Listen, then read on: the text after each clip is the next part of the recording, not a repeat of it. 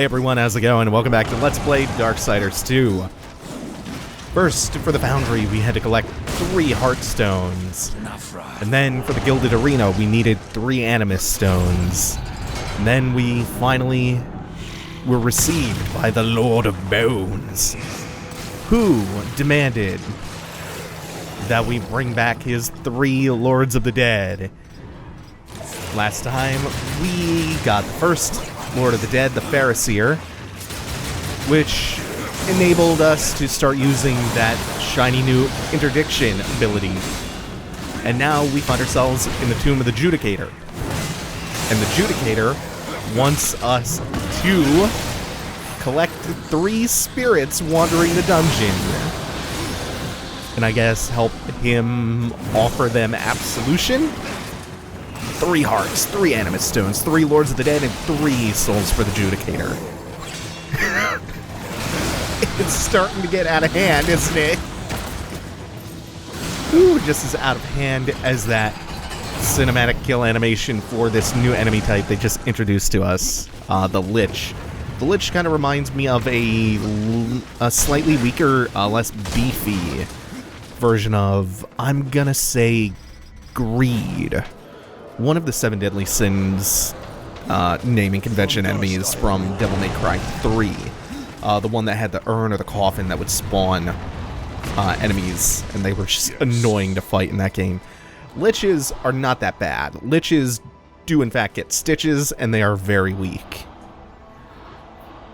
The other thing they do, of course, is spawn skeletons, which just kind of evaporate when the Lich that summoned them dies.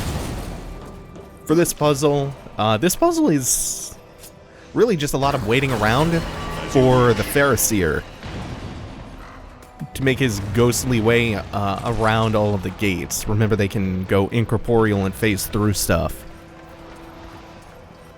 So we're waiting for him to get over here.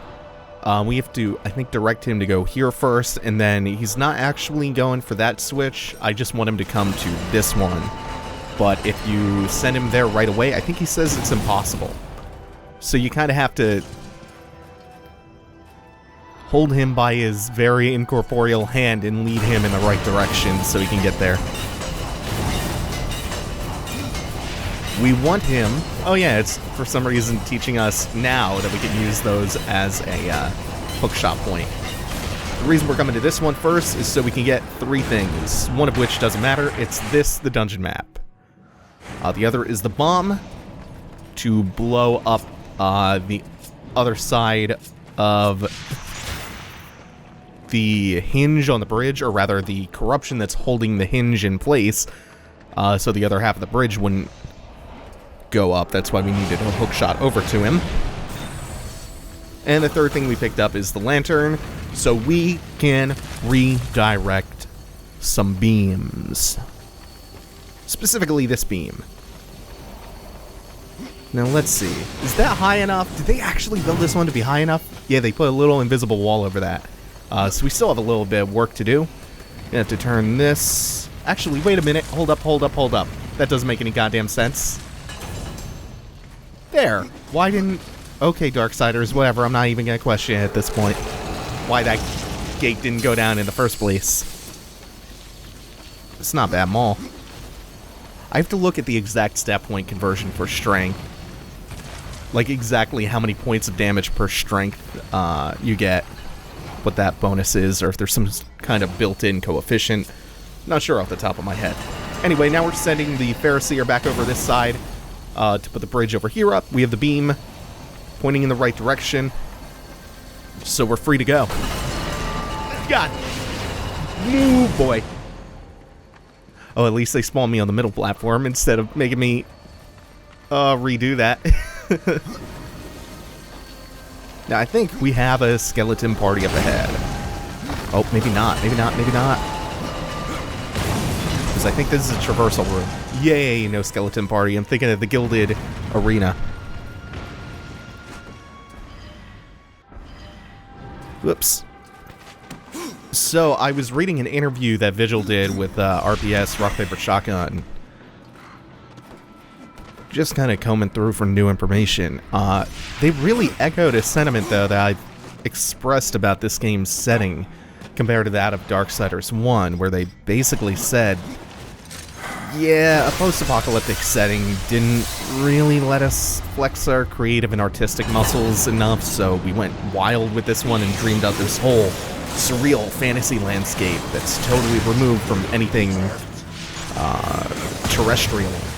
And that philosophy gave us this huge shift in setting and, I don't want to say artistic direction, because the artistic direction between the two games is consistent, but this like wildly new environmental art style, because they're not bound by the constraints of having it just be like a really torn up, bombed out,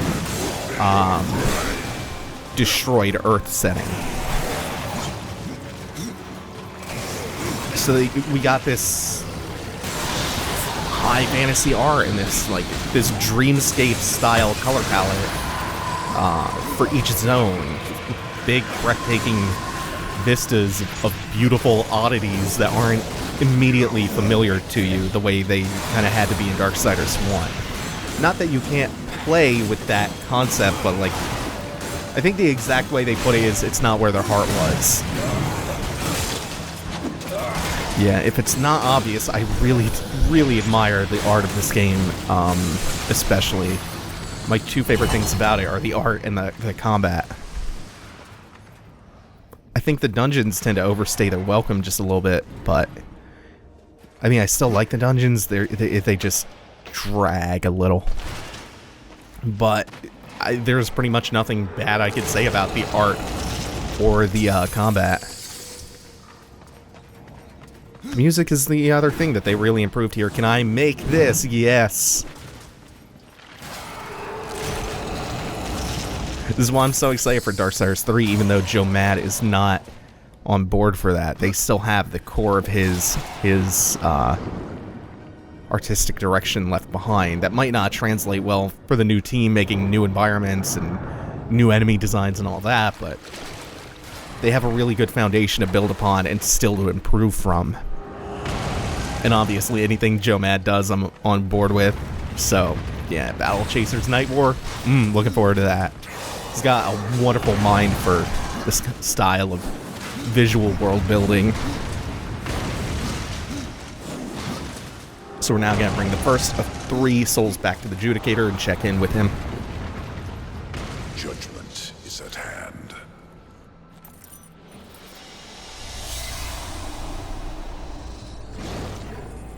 Humans, always so frightened. See your life as you truly live.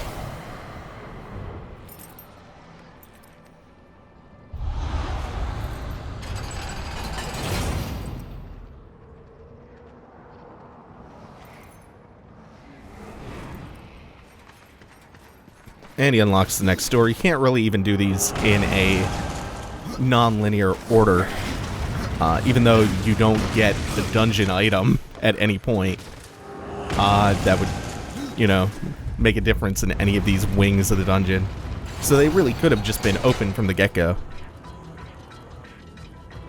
But they want you to do this in a specific order, I guess, for pacing reasons, because the final wing is the boss, the first wing is a puzzle, the second wing I think involves a mini-boss or just a much greater density of combat compared to the first wing, which really just introduced the Lich enemy type. This one has a lot more fighting against some fairly tough enemy compositions. Anytime you get these undead version of the Prowlers, they can really cause hassle, especially in concert with other enemy types. But getting them bundled up like that in that jail cell room really tends to help. Get over here. God, that's so handy. Ah, shit. Got smacked down. Whoops. Luckily, we have the life leech on the axe to fall back on, which is still crazy good. The axe is starting to fall behind the other weapons in damage, so we will be replacing that soon, but not quite yet. Still got its utility. Damn, I wanted to air combo him a little bit more, but he died too soon. Oh, here it is, the Tormentor. The Tormentor should look really familiar to you, because it's a slightly modified version of the Jailer from, I think, Tiamat's dungeon in Darksiders 1. It's a variant of that enemy, though looking a lot more bloated and disgusting than the Jailer.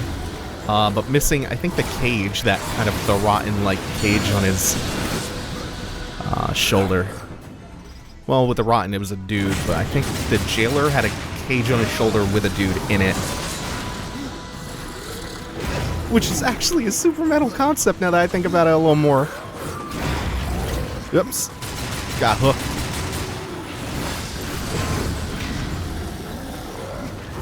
And he's breathing out some sort of, like, virulent plague. It's disgusting. Whoops, that's gonna, yeah, get me caught. Just want to build up a little bit so I could have teleport slashed in. Ah, just barely built up before he died. Oh, and the bubbling rot coming off of him. Dude, it's such a good effect. So now the rest of the jail cell doors are opened up, including the one with... Ooh, damn, that's a really crazy good claw. Now, we have to come through here instead of going through that locked door. Remember, we could go through that locked door without the key. We really, really could. But we'll do this the right way. That old trick of doing a jump right through the door, that still works. That works on every single one of the doors in this zone, the locked ones. Instead, we'll use Interdiction to send the Pharisee through the wall, so we can hit the switch, which gives us a few handholds, so we can traverse across the gap. Ooh, purple. Damn!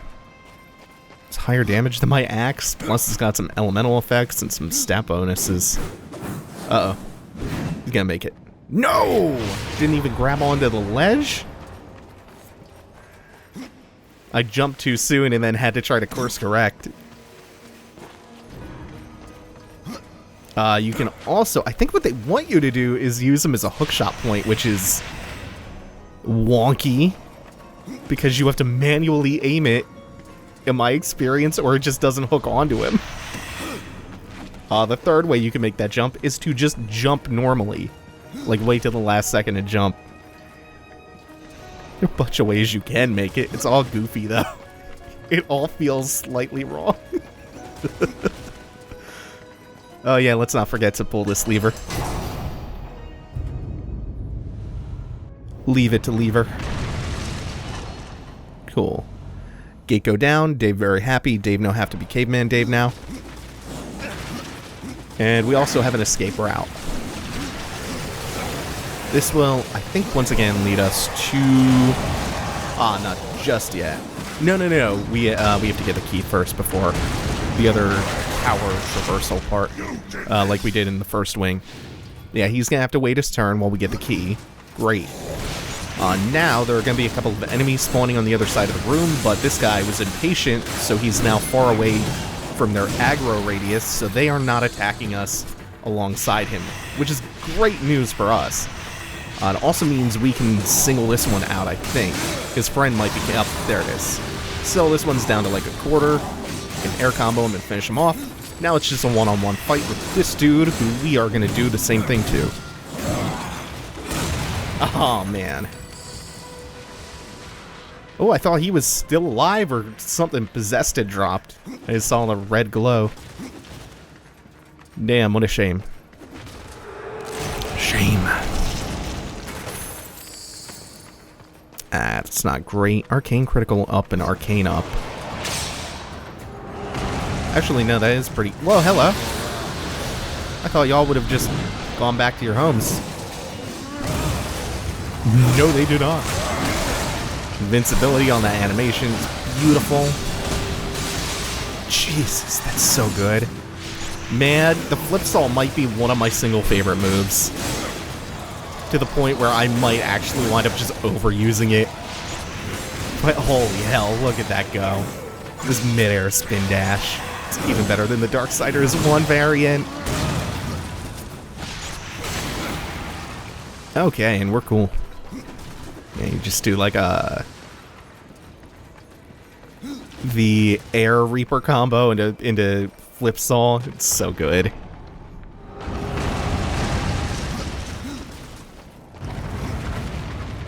Now, we can come back down here, and we can climb yet another tower to get another lost soul.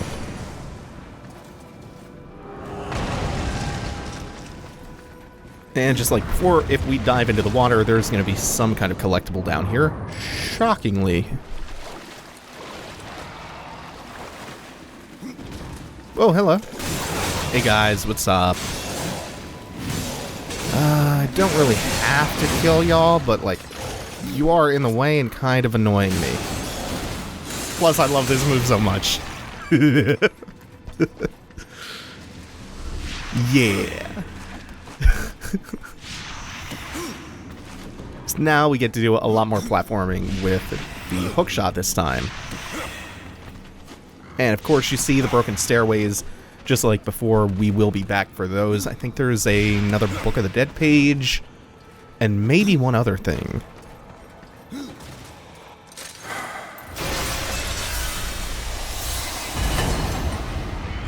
Yeah, here we go. This one is not going to be so easy to free, mainly because of this big motherfucker. That's why we are popping the Reaper form for him. The boss of this dungeon, we can really do without it. But this will make this fight a lot easier. Look at that. Undead Stalker. Immediately killed. Those things are a giant pain in the ass.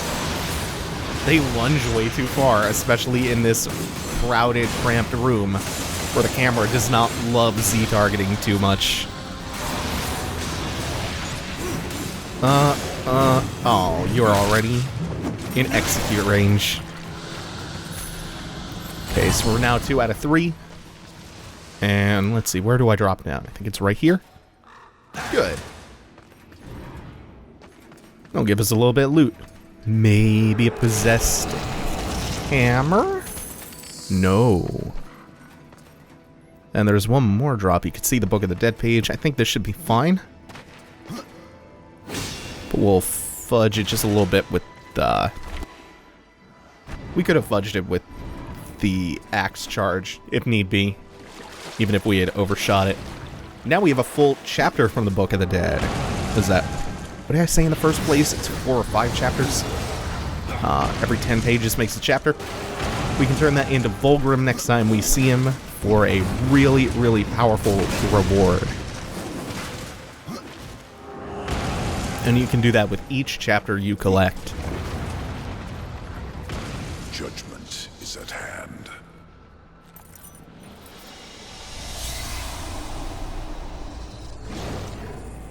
Humans, always so frightened. See your life as you truly live.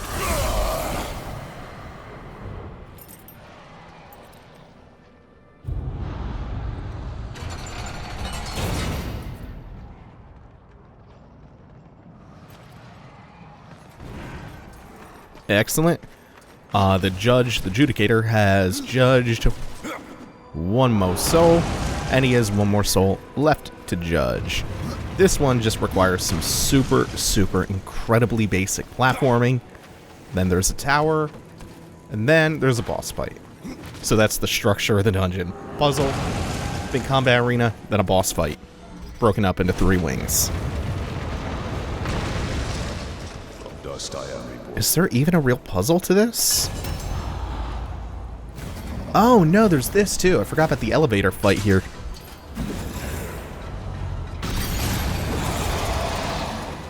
Against our favorite enemy type, the Undead General.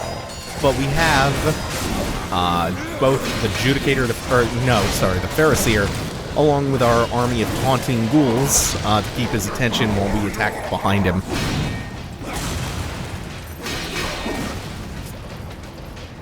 Wow, they did not enable me to do all that much damage to him. It didn't distract him very well.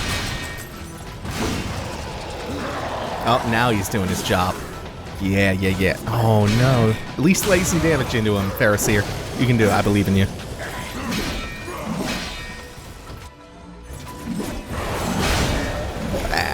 That's a pretty good opportunity to get some hits in.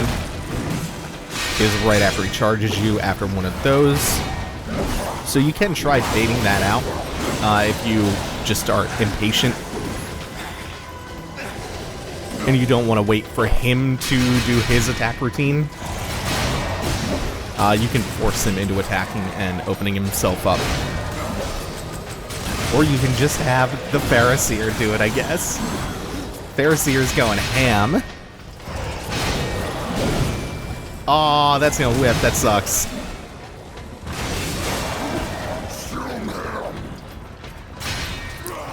You're a general, but you have no one to command. It's very, very sad. Hey.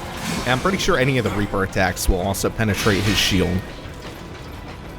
Damage over times, like the burning effect, especially on the teleport slash, are good against him. But sometimes these are just, like, more or less mini-boss fights or fights of attrition. And they can be a little painstaking.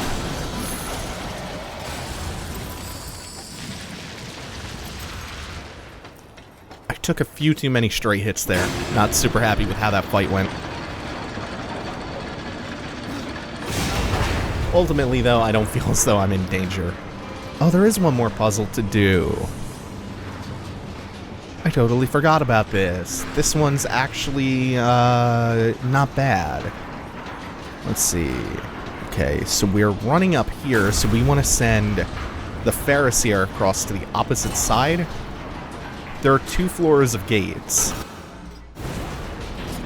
So we want to send him to that side first. That lowers the, let's call it the second floor, the one we're on our way up to. That lowers the gate here. And then we're going to have to get across to the other side of this floor and send him to the button that's directly beneath us to lower the gate for the floor that we were just directly below ourselves. So we're going to stop here, send him across again. Okay, we got audio confirmation that he is indeed on his way. So now we'll just skitter our way to the other side, and the gate should be lower now. Yep. Cool. And this is all just to get up to this bomb, so we can blow the corruption up and continue riding the elevator all the way to the top, where the boss is waiting for us. You can keep Flipsoul going for a while. It seems like that's our stop. And the ectoplasmic emancipation grill means we can't take the Judicator any further with us. There should be one more thing to collect down here. Oh, maybe not. Nope, I saw it. One more coin. One more token.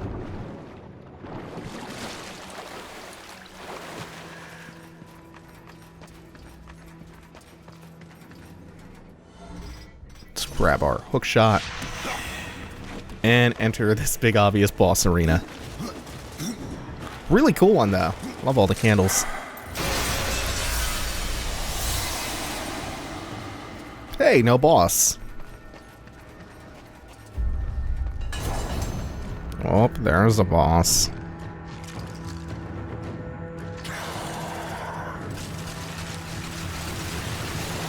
The Bone Keeper.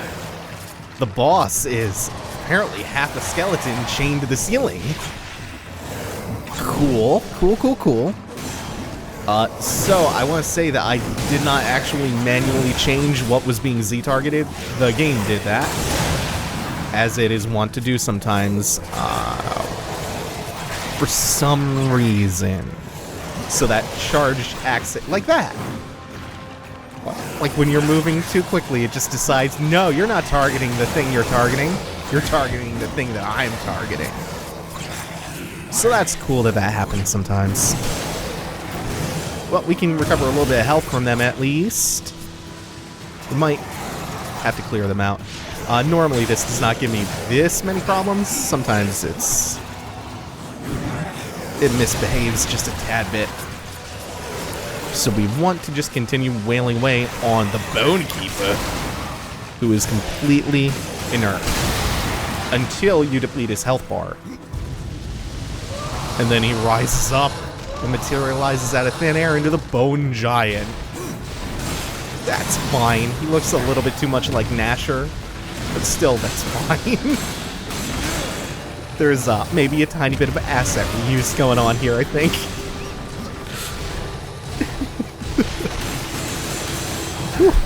And because this is technically the second phase of a boss fight, his health bar is not that high. He doesn't have that much HP.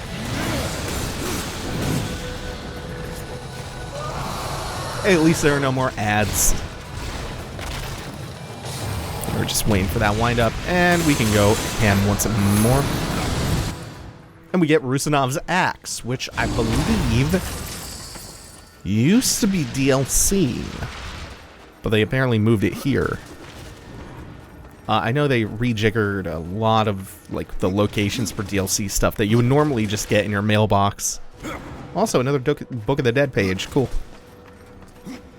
So they just made some old DLC stuff, boss drops now.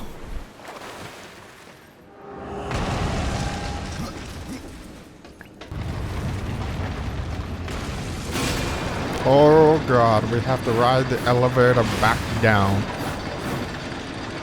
Back to the Judicator, and then we can do one more dungeon and we'll be done collecting many ghosts for the Lord of Bones. Sorry, the Lord of Bones.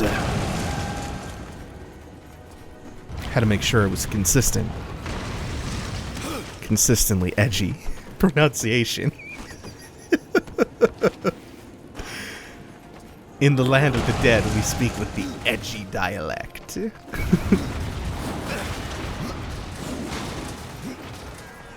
Judgment is at hand.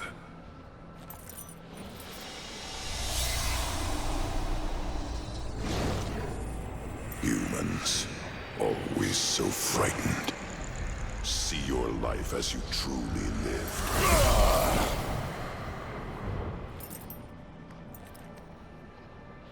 It is finished. Your lord summons you. I am ever his servant.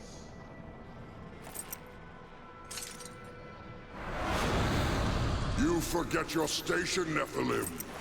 You may be a horseman, but I am a lord of the dead. And your king demands an audience. This realm belongs to corruption now. None alive can stand against it. You misjudge me. You ride without the power of the seals at your back. You would not survive even the weakest trial of the realm. I brought low the arena's champion.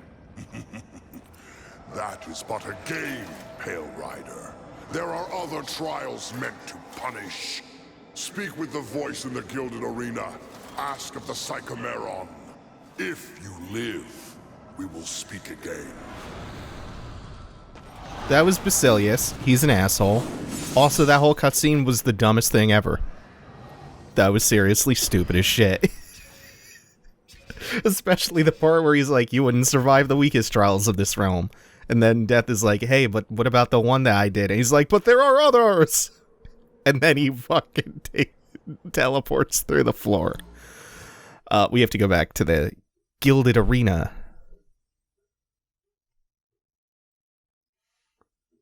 To enter the Psychomeron. I didn't expect this loading screen to take this long.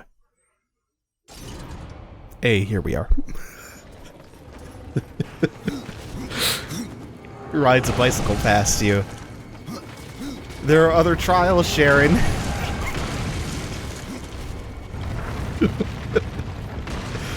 Oh, Basilius, you dopey bastard. Why isn't this teleport point just directly in front? Oh, you even have to redo the lantern part, don't you? Yeah. Why is this not just directly in front of the voices in the Gilded Arena. Like, the arena part of the arena.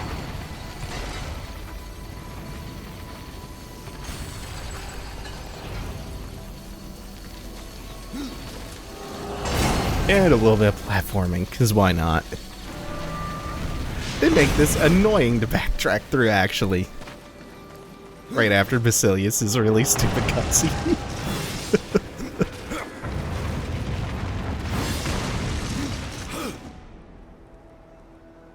So you have returned. What is it you seek this time? I seek the Psychomeron. If such a thing were possible, it would surely consume down to your very soul. I have a few to spare. Indeed. But I wonder, are they too old to burn after so many eons? Why don't you find out? Find out.